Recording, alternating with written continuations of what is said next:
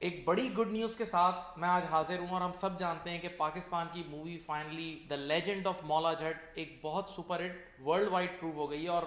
اپنے first week میں almost 2.3 million dollar اس مووی نے کراس کر گیا ہے۔ اور میں یہاں یہ بات بولتا ہوں کہ دیکھیں، انٹرٹینمنٹ انڈسٹری کو مذاق مت لیں، میں اس کی ایویڈنس دیتا ہوں۔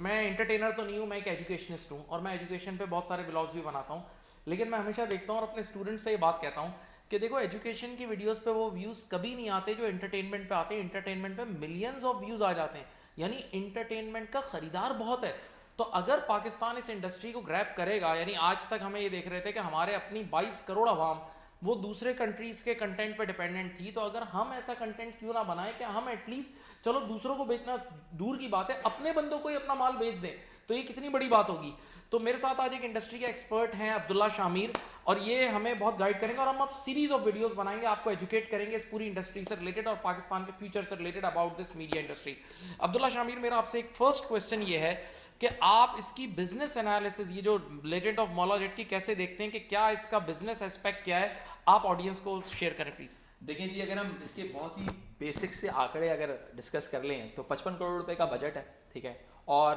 ابھی موجودہ صورتحال اور حالات کے مطابق کہا جا رہا ہے کہ اس فلم نے 100 کروڑ کا جو حصہ ہے وہ کراس کر لیا۔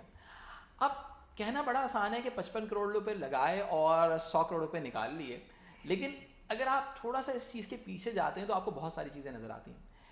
اس 100 کروڑ کے پیچھے ایک انسان کے 10-12 سال کی ایفرٹ ہے۔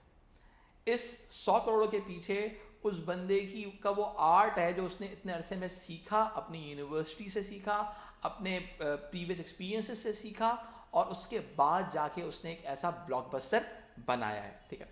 تو اس فلم کو اگر آپ دیکھا جائے تو ایکچولی اس نے کیا کیا کہ اس نے فلم کے جو جتنے بھی اصول ہوتے ہیں، جو آپ کہتے ہیں کہ جو فلم اسکولز میں پڑھائے جاتے ہیں، وہ تمام فالو کیے۔ لائک بہت سمپل سی بات ہے، مارکیٹ ریسرچ۔ یہ فلم دراصل پنجابی زبان میں، جو دنیا میں تقریباً 148 ملین لوگوں کی زبان ہے۔ اچھا، یہاں میں ایک چھوٹا سا آپ کی بات دیکھیں، آپ نے کہا یہ فلم 10 سال میں بنی، تو میں یہ کرٹیسائز نہیں کر رہا کہ 10 سال زیادہ ٹائم ہے، لیکن انٹرنیشنلی جیسے بالی ووڈ کی، ہالی ووڈ کی جو ایک اچھی مووی ہوتی ہے، وہ کتنا ٹائم لیتی ہے؟ سر دیکھیں، فلم کا جتنا بڑا کینوس ہوگا وہ دراصل اتنا ٹائم لے گی، ٹھیک ہے۔ اب کبھی کبھی ایسا ہوتا ہے، جیسے ہالی ووڈ کی بات کر لیتے ہیں، انہوں نے بہت ساری فلمز کے لیے ایک نئے نئے سافٹ ویئرس تک بنائے، کیونکہ دیکھیں فلم ایک کریٹو جاب ہے، اور اس کے اندر ڈائریکٹر کی امیجنیشن، اس کے خیالات، اس کی سوچ کہیں تک بھی پہنچ سکتی ہے، اور اس تک پہنچنے کے لیے ٹیکنالوجی کو کبھی ٹائم لگتا ہے۔ کبھی کبھی ایسا بھی ہوتا ہے، ایک فلم بنی، آدھی فلم بنی، لیکن ٹیکنالوجی وہاں تک پہنچی نہیں تھی، وہاں پہ روک دی گئی، جب ٹیکنالوجی اس پوائنٹ پہ پہنچی تو اس کو کمپلیٹ کیا گیا۔ تو اگر میں بہت ہی بیسک فلم کی بات کروں، اگر میں صرف شوٹنگ ٹائم کی بات کروں، تو کم سے کم 40 دن کا آپ کو ایک اسپیل مارنا پڑتا ہے۔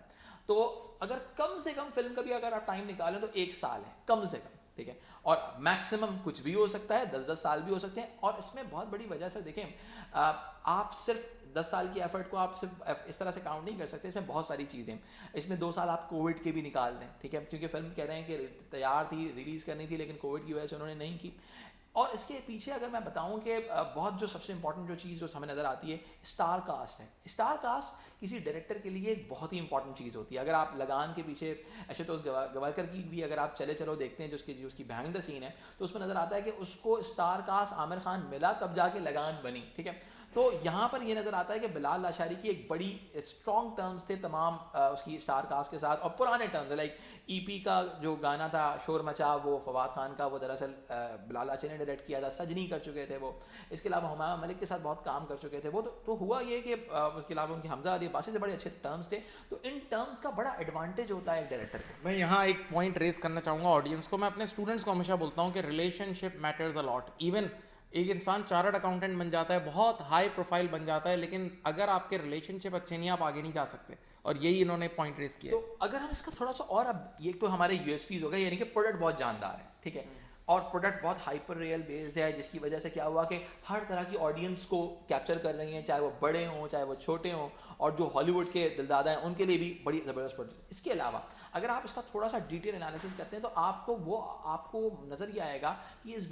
فلم میں سب سے زیادہ بزنس کیا ہے وہ اوورسیز پاکستان میں کیا، لائک دبئی، گلف ہو گیا،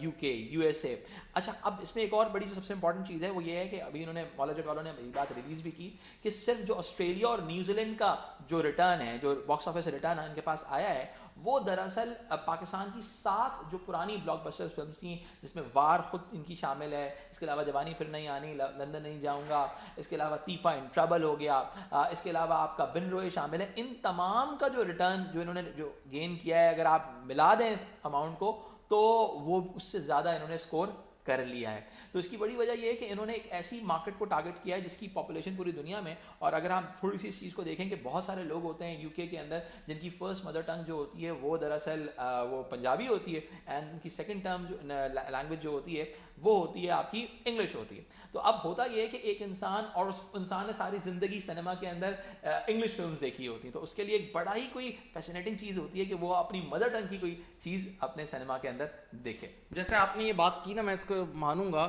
کہ اس فلم میں اس کے فورن ریونیوز زیادہ ہیں, اوورسیز ریونیوز بہت زیادہ ہیں as compare to local revenues, اور اس کی بہت بڑی وجہ یہ ہے کہ ہمارا ایکسچینج ریٹ کی وجہ سے ہمیں فورن سیلنگ میں بہت ایڈوانٹیج ہوتا ہے. جیسے ہم لوگ یہاں بھی پڑھاتے ہیں اور ہم پاکستان کے باہر بھی انٹرنیشنلی بہت سارے 40+ کنٹریز میں کام کر رہے ہیں, تو ہم لوگ کئی بار اینڈ میں دیکھتے ہیں کہ ہمارے انٹرنیشنل جو ریونیوز ہیں وہ زیادہ ہوتے ہیں. تو میں اس بات کو ایگری کرتا ہوں. اپنا بہت خیال رکھیے گا. اللہ حافظ. Thank you.